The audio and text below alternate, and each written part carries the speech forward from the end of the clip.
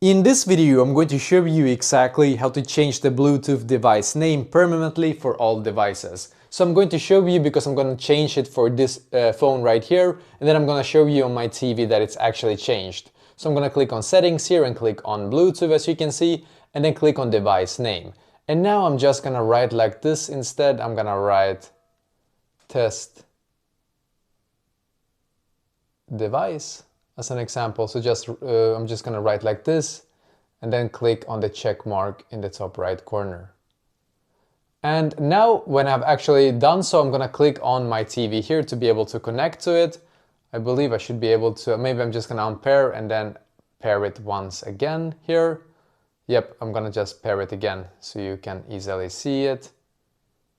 It's gonna say pairing now for me, so I'm just gonna wait for it to complete the pairing process. It's a bit slow today, unfortunately.